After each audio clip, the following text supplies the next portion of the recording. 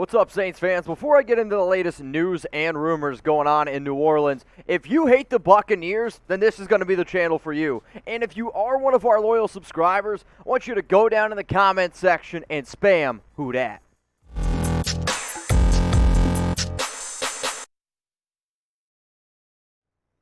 Mitchell Renz from Chat Sports, and we got tons of really juicy Saints rumors going on today. We're going to be talking about Deshaun Watson, Jimmy Garoppolo, and then also free agency because, well, it ends up starting tomorrow. This is what Ian Rappaport had to say bright and early on Sunday. If you were sleeping, maybe, went out and celebrated St. Patty's Day a little bit too much. I mean, this is going to wake you up. The Saints and the Panthers have made offers for Texans quarterback Deshaun Watson and are likely to meet with him soon, sources tell me and Tom Pelissero. Other teams are involved. Watson has a no-trade clause and wants to meet with teams before formally waiving it anywhere. I mean, I know there's going to be a lot of people out there like, well, Mitch, Deshaun Watson, it's 4 years. You're going to have to pay him $136 million. That's about $34 million per year. The Saints can't afford it. You know what? The very next tweet that Ian Rappaport followed up with that said, the Saints can make it work. And I find it every offseason. You got a bunch of people. It's like January and February, like, oh, Saints can't do anything. Then they move around some money, and we'll show you some of the movements that they were able to make. But as it stands right now, New Orleans is actually not that bad in cap situation. They're still in the negatives, but they're not nearly as bad as what they were just probably 2 or 3 weeks ago. So here's my question to all of y'all. Would you trade for Deshaun Watson? I want you to go ahead and type that T for trade, or I want you to go down to the comments section and type D for don't. If Watson could play in 2022, and if you put Watson on this team, as far as I'm concerned, you're the favorite in the NFC South. Did you see that thing when we started the show? It said the Kings of the NFC South. You would be, because I don't have confidence in the Falcons. I don't have confidence in the Buccaneers without Tom Brady. What the hell is Carolina exactly? And if you're telling me right now that Watson, with that defense, that's the best team. And if you think you're the best team and you can make the playoffs, then the answer is T for trade. If you don't, then hey, go ahead and type D for don't. Let's now talk about some of the movements that the Saints have made over the past 2 days. You turn about $10.465 million of Alvin Kamara's 2022 contract into a signing bonus. They also restructured some deals of Cam Jordan, Marshawn Lattimore's contract. They turned I believe they created $18.45 million in cap space by giving him some of his salary cap. So with the Saints not tagging anybody, you're sitting right here at roughly $6 million over the cap. 2 months ago, y'all, the Saints were at about $76 million. It's always the funny thing of, oh, there's no way that you can afford that guy. The New Orleans Saints are the perfect example year in and year out where if you want somebody bad enough, if you believe that you can go ahead and make it happen, then why wouldn't you try to at least make it happen? One of the players that's been getting a lot of, we'll call it, buzz down in New Orleans is the Honey Badger, Tyrann Mathieu. And for those of you that don't know, we're just going to show you a whole bunch of different tweets that came in through here. So this one's from CD Deuce, and it's might as well break the news, come back to the crib, give them 7. So remember, the Honey Badger played college football at LSU. Got obviously a lot of ties to Louisiana, so major shout out to some of these players trying to bring him in. But then, Mathieu responded. He said, my boy. And I get it. This is the offseason. It's free agency.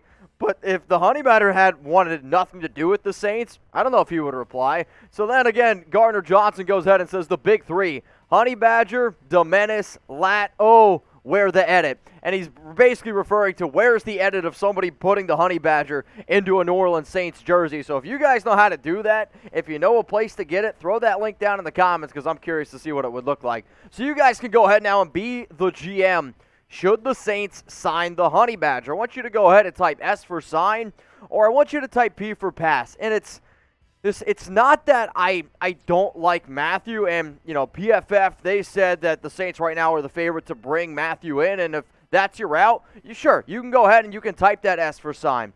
But the only reason why I might go ahead and type my P for pass is because I personally would rather have Marcus Williams. I think Marcus Williams is the better overall player. Now, Williams is going to get paid a lot more money, and if that's your argument, okay, we can't get Marcus Williams, now the focus needs to go to the Honey Badger.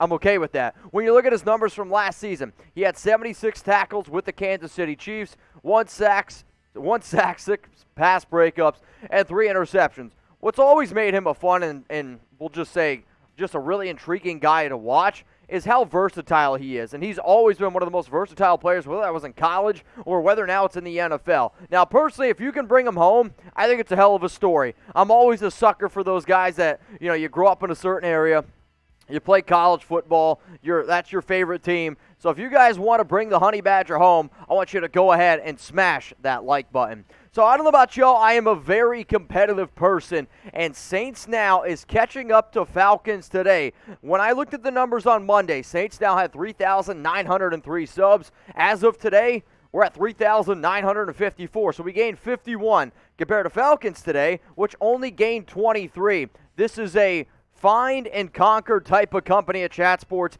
and I want to surpass Falcons today. So if you haven't already, hit that subscribe button, turn on those notifications, because I'm telling you, not only do I want to catch the Falcons, with as much stuff that's happening in free agency, you're not going to want to miss it.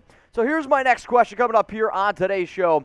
You go ahead and tell me, in a perfect world, who would you start as the Saints quarterback one? The only rule is there must be a current player. So please go down to the comments. In a perfect world, who would you start as the Saints quarterback number one?